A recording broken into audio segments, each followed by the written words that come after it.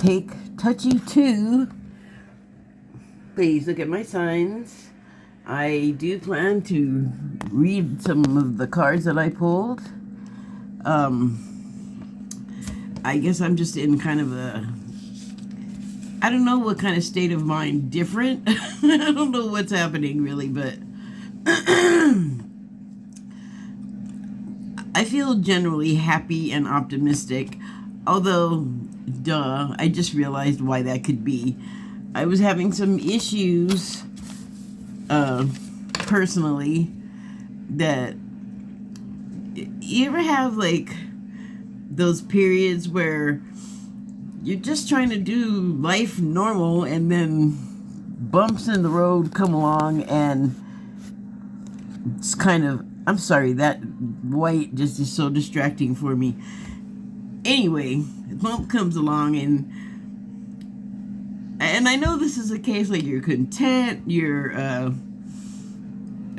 complacent, you're like, this is fine, like this is good, let's not change a thing, and then boom, a thing changes. So I guess I had a couple of it was like bumpy, multiple bumps, just like on the same day even, but it's kind of been an ongoing succession for a while. I accept that. I don't like it. It makes life uncomfortable and difficult sometimes, but I mean, you only have a couple of options if you want to get out of like that feeling, and so I I don't think I really chose an option. I just didn't do anything. I tried, but sometimes your options are limited, and that makes for a whole new scenario for your brain to be thinking about. So, not all of the issues I was having have resolved, but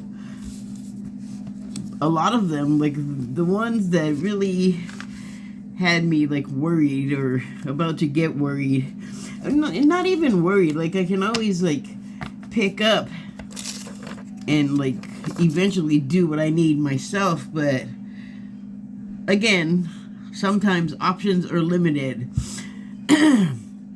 And that just makes me feel like you can't do anything, and that's not a good feeling. Like just being like, I'm ready to do, you name it, and then but then for whatever reason you can't. You just, despite your best intentions, you can't do jack.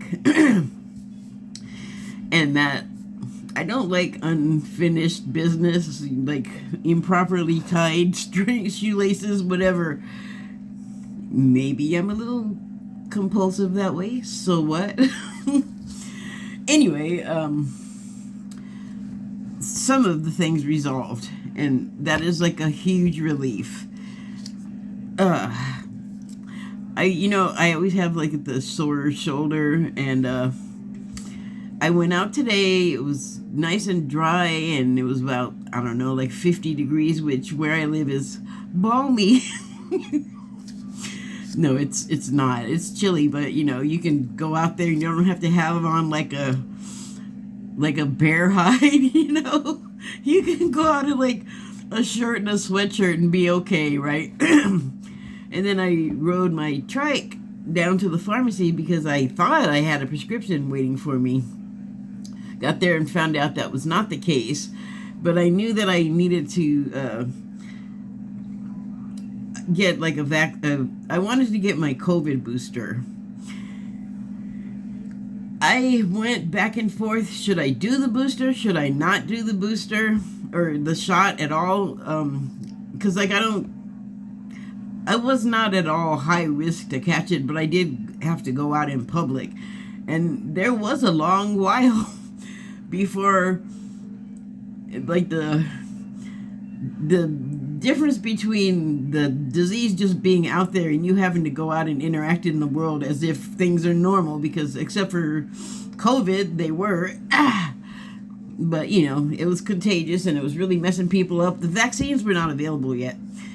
But I just was like, if I don't just believe that like you can, through diet and your mindset and just the right activities in life, can make you a very healthy person and protect you from many things. But I did not have a whole lifestyle of that. In fact, I have a sweet tooth, and sugar is really bad for things like cancer.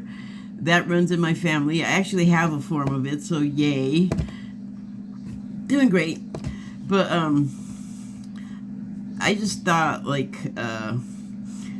especially to get this last booster, my health is not, like, I don't feel like on its own gonna be a whole lot of protection. So that was like the balancing point. But also knowing that you can't, like, I've been conscious of my diet a lot in my life, but I had to make changes pretty early on.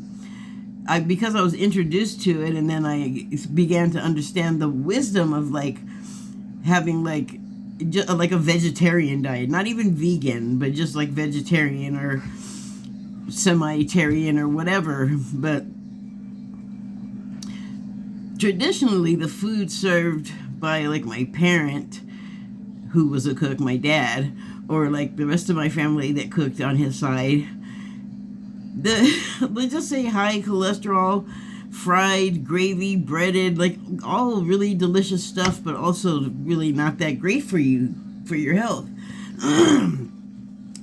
But I didn't always, like, stick to the change once I became aware of it.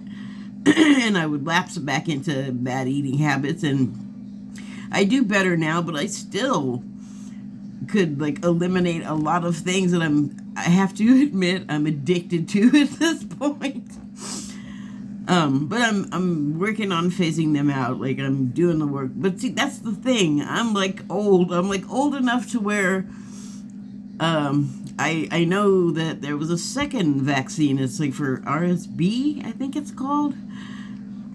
Something, but I know that it's a respiratory thing and it's not good for people my age, and I don't need anything else competing for my air, basically. I don't need dueling respiratory infections to F me up, So, yeah, I got 2 in the one arm, and I don't know, maybe I should have gotten 1 in each arm, but even more than usual, it hurts to lift up this arm. It's like painful all the way down to my elbow. Like on top of the pre-existing difficulty to lift up my arm like a normal person. Anyway. So, but it was good. It was good to get out. It felt marvelous to move my body. I have this route I like to take when I'm like able to take a daily ride, and on my way, like on the turn I make onto my street, I can make a straight shot, but I have to cross like a boulevard or whatever, a road, and directly crosses a house, and that house has 3 dachshunds. So I was on my way to go to the Rite Aid, like right at the corner, or, about a block away, and I stopped to get my mail, and so I'm in my driveway, and I'm kind of just lollygagging looking at it, and all of a sudden I hear from across the street the little dachshund family, there's 3 of them over there, just flipping out. They came running, and I was like, oh my goodness, hi, I'm glad to see you too. And it just made me really happy. And little things like that I just love. And then when I came home, we have a bunch of new neighbors here, or I do, me and my cat have a bunch of new neighbors. But I saw this cat sitting, she had a collar on, and I'd never seen her before. I'm pretty sure it was a girl, I don't know why. But I said hi, right? And my driveway makes a little curve, and I live in a cul-de-sac, so when I was on the straight, I could see her sitting on the sidewalk behind a parked truck. And then as I pulled into like the circle of the cul-de-sac, I had to cut across like one section of the circle and go by the back of that truck to get up on the sidewalk there. And that little kitty came. First, she stuck her head around the corner because I had been saying hi and what you doing, kitty? Like just talking to her. And I went by that truck and her little head came out. She looked around and she was almost gonna come talk to me. Stuck a little arm out and took a step. And I was just talking to her real low, and I don't have to. You've run into animals, I'm sure. I don't have to explain every detail. It was just very precious. It was very cute. And finally, I just like was all, okay, kitty, whatever. I'm sure I'll see you again. Because she was non-committal, and I'm a stranger. But that's okay. Why am I telling you all of that? I don't know. Just sharing a little something. So, as usual, I pulled my cards and I kind of looked at them and just set them aside, and that was like this morning. And then I started writing. And the first thing, just right after I had watched a Dave Johnson predictions show. Dave Johnson has a channel on YouTube. He's a psychic medium. So anyway, he was talking about Trump and the State of the Union and things, and he made a comment that kind of stuck with me, and it was that Trump's rage runs out of steam, like how he trails off in mid-sentence. And I had also recently seen, and I guess it's been sticking in my mind, that Mary Trump, his niece, who's, since she has a lot of insight to the guy, she's like news candy to the news shows, and she is enjoying herself doing it too. Just saying, I'm not like making a judgment. I'm just, she might have some reason to have some resentments against the guy. I'm joking. She totally does. Like, I don't know if it's good for her, a psychologist, to be resenting him. She should know better, but we are all human and we are imperfect, which is kind of along the lines of what I was saying about you can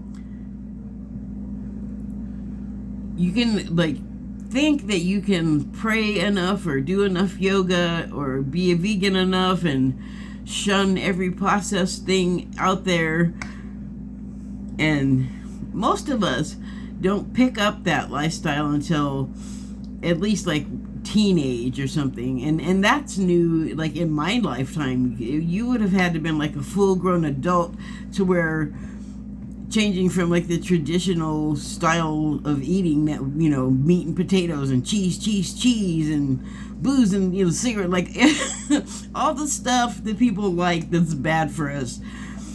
Not a lot of people were at all of a mind to say, I am not going to do that for my health, until they got older and maybe they had a health scare and they're like, I better get together and fix it. And so that's what I'm saying. It's like some of us maybe can bring themselves to a stage of self-healing and live their life in a way that makes their body more powerful than like a drug, where like it wouldn't be necessary. And I'm not saying that they would be immune, but more that they could like defend against it and deflect infection. I think that is a rare, maybe impossible being. These days, though, people get raised from birth as vegetarian, vegan, or just healthier. But there's genetics that may work against you. There's atmospheric pollutants in the air and in the water that are in the food. Like, there's a lot for our little bodies to fight off, and most of us, our bodies are like, what? Wait, huh? Wait, we can wake up and remember how to do stuff to like fight this off, and like it's a process, it's a whole thing. But Mary Trump, said recently on, I'm sure it was MSNBC or CNN, one of those, and she was saying, they were talking about like why Trump is such a lover of authoritarians and authoritarianism and totalitarianism, like just those those kind of isms. Fascism, there you go, there's another one. And she said that he grew up, she totally called him a psychopathic father, and he grew up in an authoritarian household and became the favorite son. And I there were more brothers, I guess, but I know he had a sister that was a judge that recently died, and apparently she was kind of crooked too. But Mary Trump's dad, I guess, is a brother.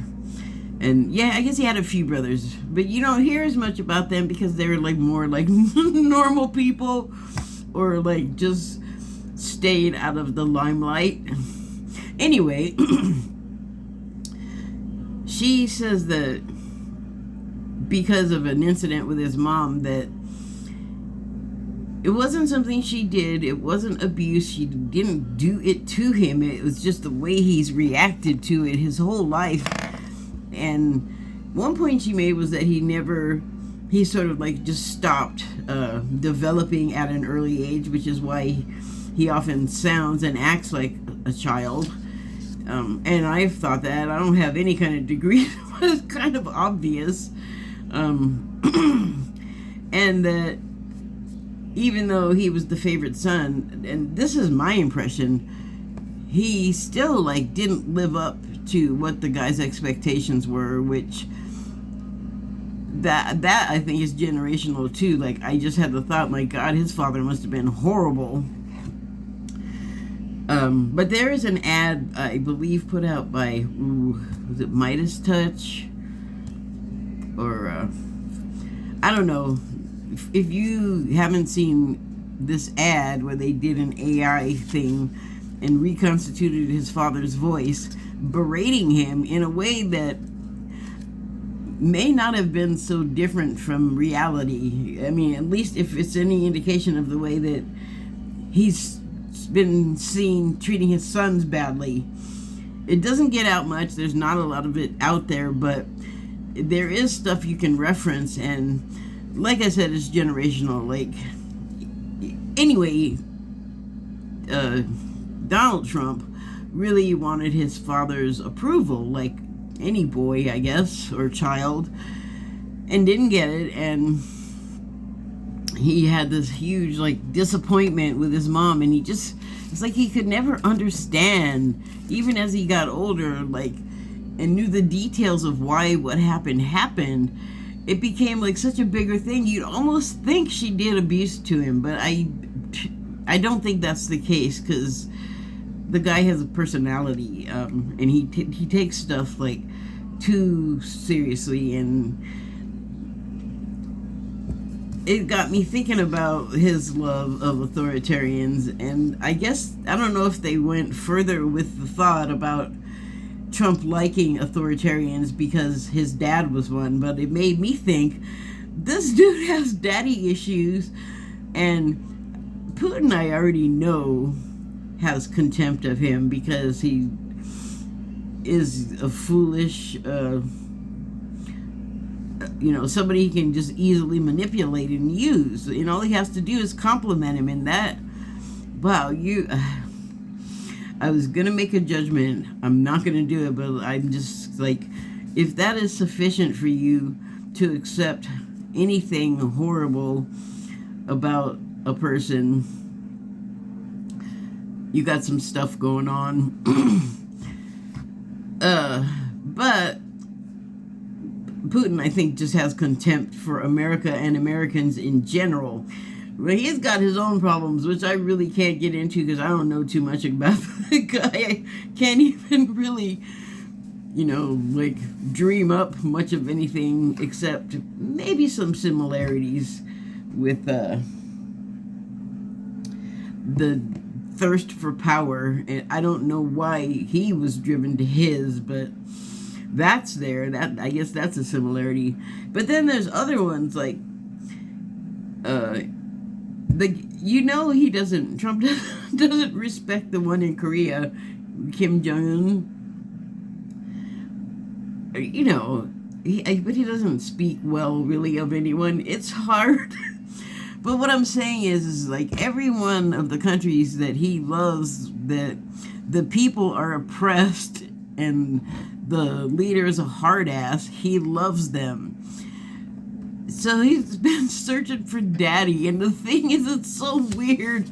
Like, he's always talking about what strong men they are and how macho they are, but he almost sounds like a woman talking about them.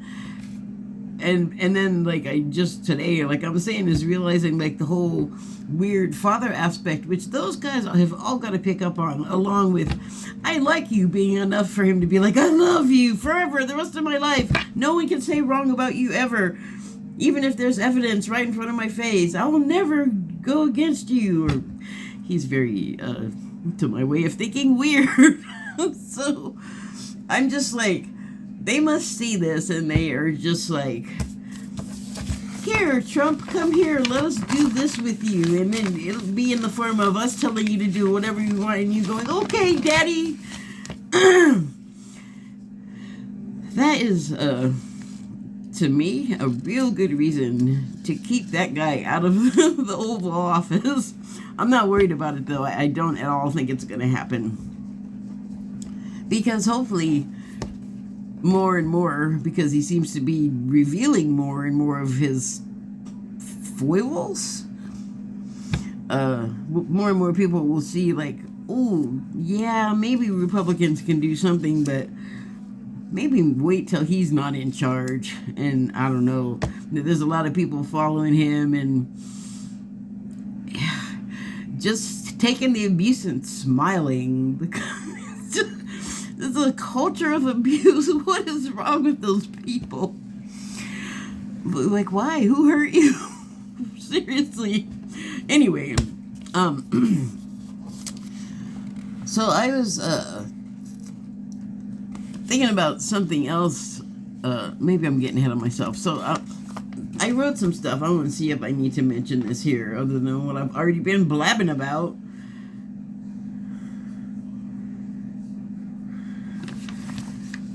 Oh, well, yeah. So one thing that I had written down about what Dave Johnson was saying about Trump's like mental health and the rage and the trailing off mid-sentence is that, like, at some point the rage has got to stop, and that's like what is happening, what he is sensing happening when Trump is like charging forward and he's like full of bombast and whatever, and then like his words get all jumbled and it just stops him. It's like a stick in his spokes. It just endo and it's over. So I'm sorry I'm laughing. It's not like, I'm not laughing at him because he's like sick basically and he's aging, but some of the things that come out of his mouth are just kind of funny sounding. That's what that is. I mean, the guy's in public doing this, and I guess some part of him thinks that he looks cool and good, but it's like, oh man, you should like go.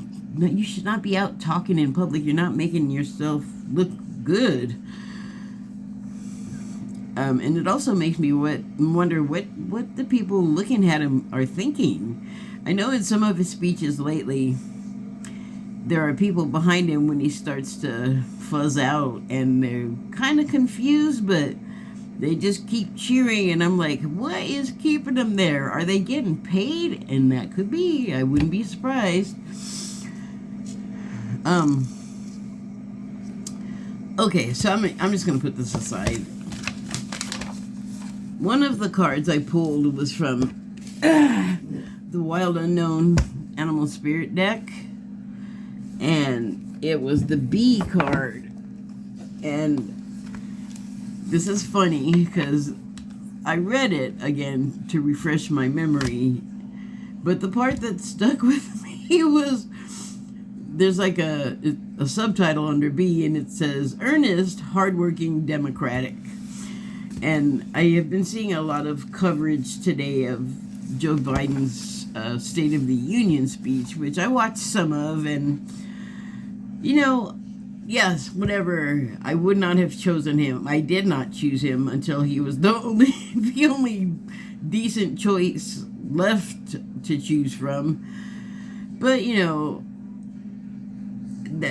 don't see the point at this late stage in the game of still being mad about that and beating him up about it. And he's there, he's what we've got, and he's way the hell better than Trump. He actually wants to do stuff to help people. And even though people will talk a bunch of crap about it, they'll still avail themselves of the help. So I'm not even going to pay attention to that. What we say and do are not always the same things. I think we're all aware of that. One of the things when I first got this deck, because I didn't know what the heck I was doing, was I looked at the literature that was included, and she suggested that taking the card when it appears as the attributes of the animal. So bees, they're hard workers. They work as a cooperative. I wouldn't go so far as to say they have like a hive mind, like it's something bad or terrible, but they communicate through, I'm sure, telepathy, but also the vibration and sound that they generate with their wings.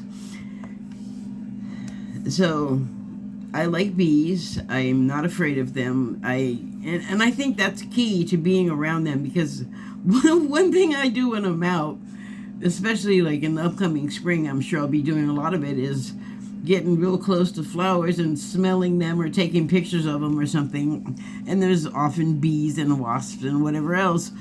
And like last year, I remember I had on a red dress and I was stopped to do something to my phone.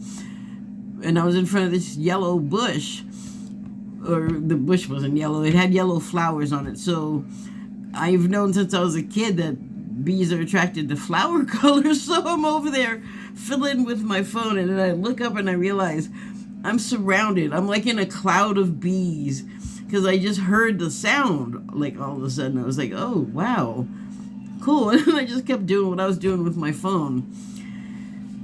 So pin that, because another thing that I saw a couple of days ago, actually, or yesterday, was this woman, I think, had posted that she had a wasp nest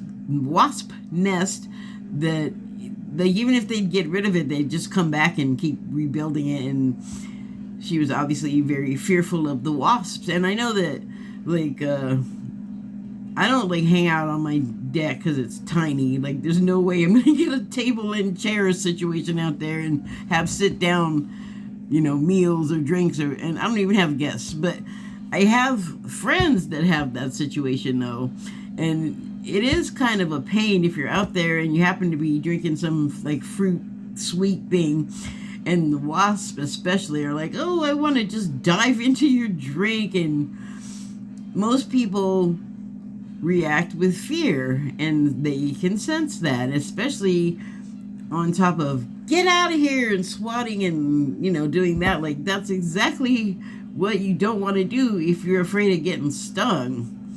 So I imagine that's what this woman's motivation was. But she crocheted a hornet's nest or a wasp nest and hung it where they kept building the other ones, and it tricked the wasps into thinking that, oh shit, somebody else moved in here, we better move on.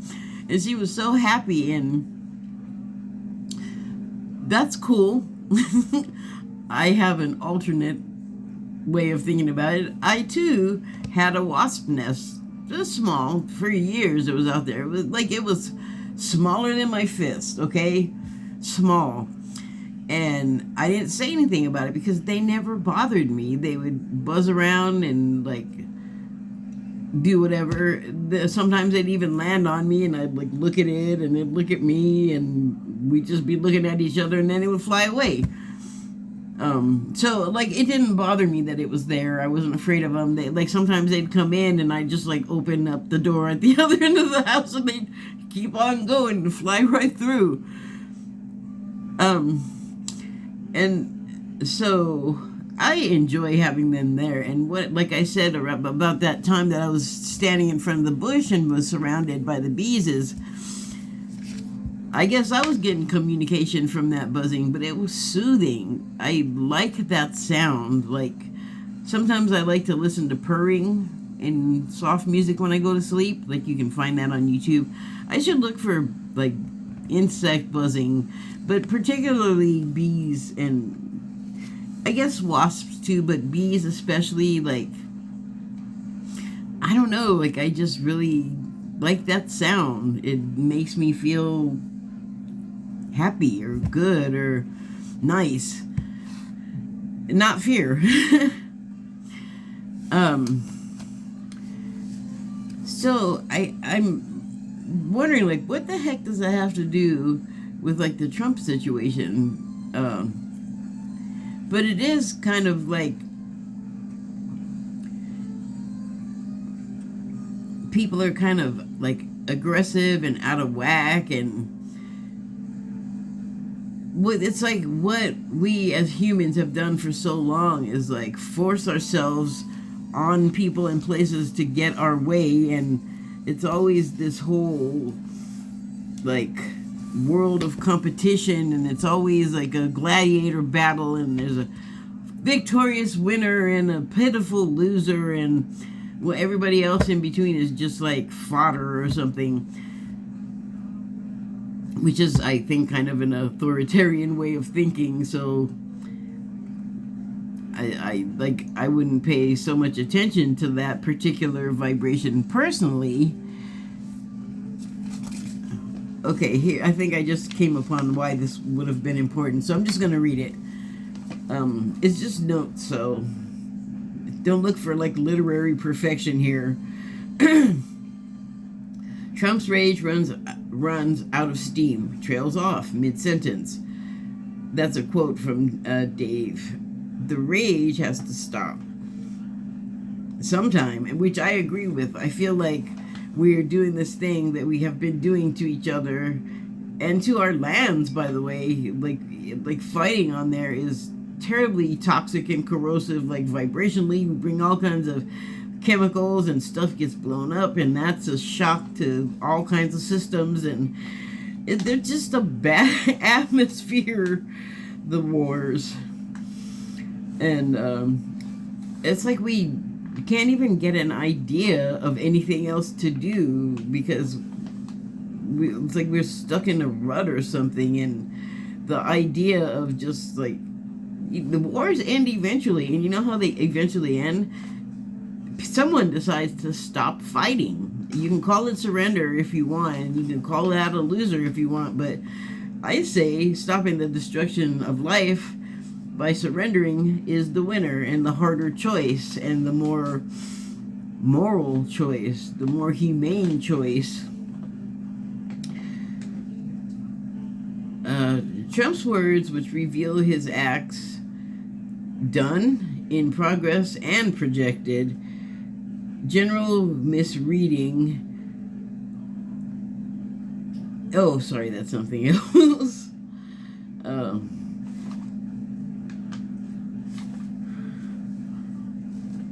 Shoot, how did that get mixed up in there? His general misreading. Oh, that's that other thing. Oh, so his action project in progress and projected. His emotions on the sleeve as lacking when not understanding that the rage and aggression he carried around for most of his life is something set down and can be cast aside. Oh, shoot, this is like something else. Damn it, why is that mixed up in here? That is so irritating. Oh. I see what happened. Now I remember. Okay, so I was talking about the rage having to stop sometime, and it reminded me of this thing I saw on YouTube years ago, and it was supposedly the retelling of a true story of a government time travel experiment. And what the story was is that this general was the person that got time traveled into the future, and he described a place that was clean and like it didn't seem to be like, bustling with a lot of people. It sounded like there was stuff built, like facilities, obviously for people's use, like transportation and places that appeared to be food places, and it just looked like the regular world, except it was very clean, which he described as sterile, and there wasn't like very many people around. In fact, I think what he said is that wherever he like popped in was like some sort of like I want to say food counter, or maybe like a concert or theater window, something of that nature. And there was like no one around, and as he wonders why is there no one around, somebody just comes walking by. And so he starts talking to them, and they look at him, and I don't know if it was one person or a pair of people, but I know it started out like one person arrived, and then more people sort of, walked up. But when he spoke to them, first of all, he was completely confused that their reaction was like, oh, look, there's a guy. And we're just going to keep going. He didn't look anything like his garb. I want to say had some camo element, and other people were in like just comfortable, flowing, light-colored, lightweight clothing, and like not a uniform of any type, not a military. And so the guy, his impression is that the people were dull-minded because they had nothing to do. There was no excitement that he could find, and his impression, I guess, when he came back, his assessment was, well, in the future, everything's nice and clean, and, I'm going to say that he would have said something about not detecting violence or gangs or homeless people or graffiti or our world, basically. And at the time, it just kind of went in, and I didn't do much with it. But when I recalled it, it occurred to me, like, okay, so dude went to the future. Maybe the reason why everyone was so low-key and very balanced, he may not have seen it that way. He saw them as lacking, and he saw them as dull. He thought their lives were boring. I think now is that those people in the future, maybe they already went through their shift, event, awakening, and the reason why they were not fazed by him or his appearance suddenly was that their society, because of their consciousness elevation in relation to his, like they could be like telepathic, because that's what we are moving toward, from what I understand from my ET friends, and your friends too, by the way. And also, when you get to a certain level, you understand that being reactionary is, I guess, not even necessary. Like, stuff just like when I first saw the story, I was like, okay, and just let it go on by, and like didn't make a big deal of it. But that's because I can accept that without question. Not that it was 100% true, but I know they have to be investigating things like that. It only makes sense. And then I think there's reporting around now that can verify that is indeed the case. And I think they've even had like a little bit of success. So I did give some credence to the story. But in general, I think is like going to be an older guy. Although I don't know.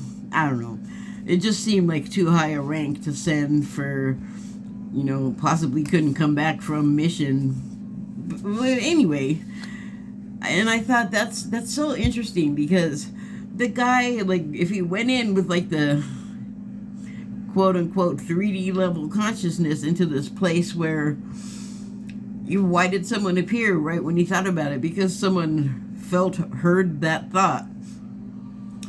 And those people that he thought were so dull and not doing anything were obviously vibrating and buzzing at a completely different level from that guy. Like, he just could not grok it because he just, at the point of his development, I'm just supposing here, I could be completely off, but I don't think I am. I think he just literally was not on their level. Literally did not understand a world where people didn't automatically see something unusual and fear it and want to kill it. Like, he's probably one of those kill them all and let God sort it out kind of people, or ask questions later after you slaughter everybody or whatever. Hey, I didn't make it up. People say it. So, I kind of feel like that would have been like the guy's mindset, and then to come back all judgmental, like, they're stupid because they're calm. They're dull because they're not jumping out of their skin because you arrived, and they're not trying to fight you. And I don't think he was there for long in the story, just like minutes, maybe like a half an hour, but I think he was, I don't know what he was expecting. I guess he was expecting like the Martians from War of the Worlds or something. And the fact that that was all he could think of, like everything was something wrong with those people, just told me that, like, whatever the case, he was not vibrating in alignment with those people. They were helpful.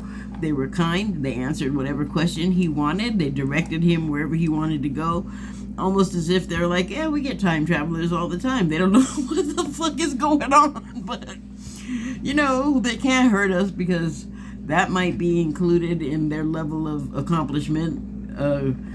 They may have the conscious level to heal themselves from a dang military 9mm gun sidearm, like they could like do something like sense the thing coming, feel its vibration in the air, see, hear, feel, and then cause an opening in their own body for the bullet to just go right through and then thud harmlessly into like the building or something, because they might even be able to sense and see him drawing his gun with sense ill intentions. And it's interesting that the guy came back with such a negative impression, because to me that's something to aspire to.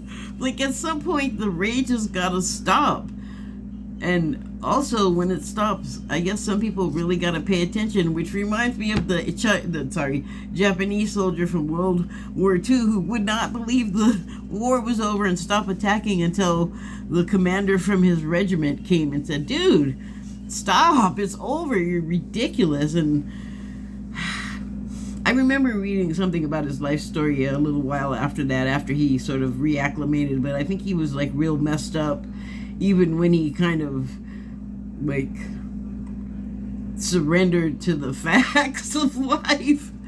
But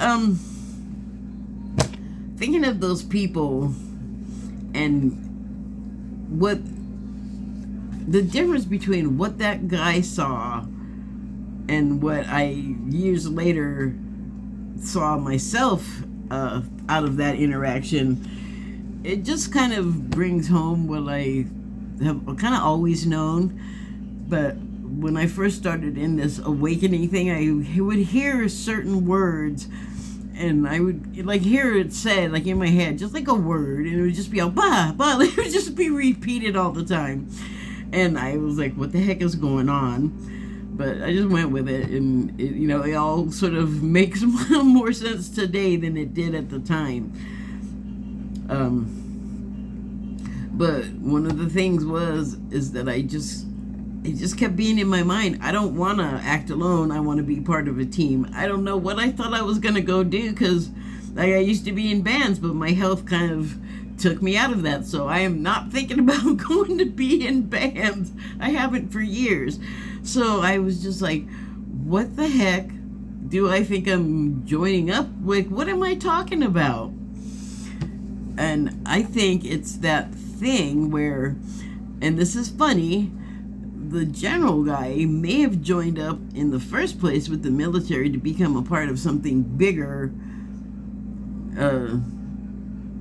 for like whatever reason they would want to go into. But usually that's an altruistic thing, is you want to become a helpful part of something bigger. And I always thought that that was weird, and I never knew until recently why that could be a weird thought to have. And it is because you are already a part of something big that you're just not even picking up on. Like, our shift event awakening has been in progress for a long time, and it's a slow ball rolling, but eventually it gets momentum, and eventually people start picking up on what's happening. Like, you start getting the vibe, you start getting the love buzz, and you know, that guy might have even, had they heard something like that, like misinterpreting their manner as dullness and bored, and like he just felt like they didn't know that there was stuff to do, like they were so bored they didn't know they were bored or something, which is pretzel logic. But I just think there was a lot going on that it wasn't visible to him.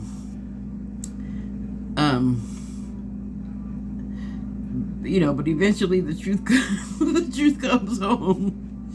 You have to face it. Like, right now the world is trying to change, and some people want to go in a more light filled positive direction that is really part of a bigger thing of like everyone kind of like being there for each other in unconditional love, and not like, well, I am a Christian and I love everybody except for those people over there and these people that do this and that. I don't recall a whole lot of "except" in scripture.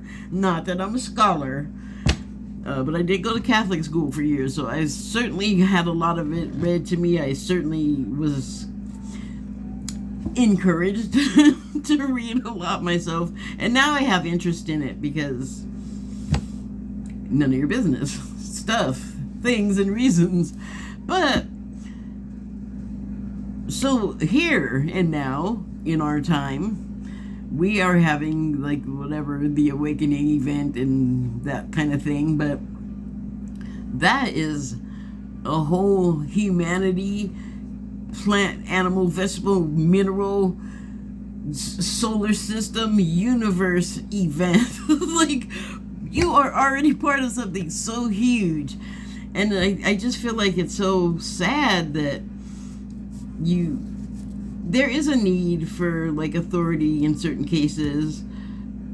Sometimes we have to defend against, you know, enemies or whatever, and wars happen, but the more we kind of get out of that sort of state of mind, like, when and hurry up and come on, because I feel like in a way, if you really did go into like law enforcement of some type, for example, to become a part of something bigger and to help, it is not as helpful to be for each other and to all be vibrating similarly so that we can be cooperative with one another and actually, you know, do constructive things and be productive little humans. We have that already. Like maybe at some point the rage can stop and we can dispense with the need for stuff like this and understand more clearly, like maybe by looking at the future, that that is our destiny more than the proving who's right by violence. So I hope that soon we all make the collective decision legally, whatever it has to be, collectively, like a human union. However we got to get there, we have to take, there's going to be some steps, but eventually there's light up there that where we can reach. And I don't know if you can see, but there's sort of like a mandala, a solar system connecting dots on a net, a collective. All of those things, you know, if we start making good choices, are available to us. And we don't have to be picky about like who's what. As you see, those two hands there seem to diverge color-wise, but that's not a bad thing. You can see that by their blending together, they're creating magic with each other, like a unique magic, maybe a child, maybe some idea that could, you know, signal change from the violent aspects and being a part of that big thing. I want to be part of the big nice team, the no I in team. And you know, in a way, especially here in the United States, many of us have that. Many of us don't. Many of us are having a harder time. But what is value, really? I watch a lot of Good Samaritan homeless channels or helping the homeless channels, and I am so impressed by the ones that people will say, oh, well, they just want to live outside anyway, like it's a crime or like a personality flaw. And really, I wouldn't want to do it. I have too many things wrong with me to make that like feasible. But I understand, like, I don't want to pay rent. If I can live in a dang tent and have my whole world that I can carry around on my back and maybe on a bike trailer, that does not sound unattractive. That sounds like something a young guy could do. Just, I'm thinking of safety and predators and that, but people still do it anyway. And people maybe want to be outside for those reasons. Maybe they have mental health reasons that make it difficult to be inside. But why do we gotta like make it a judgment and a crime? If we can find it in ourselves to be part of the big thing where we give to each other and help each other, you know, I mean, maybe people are not always asking for help, and there's nothing wrong with that, because they got their sense of value. They have a good grip on it. They understand it. They know what's important, and we don't necessarily have to agree and buzz at the same frequency on every fine point. There does have to be some room for individuality and diversity. That's nature. That's how nature works.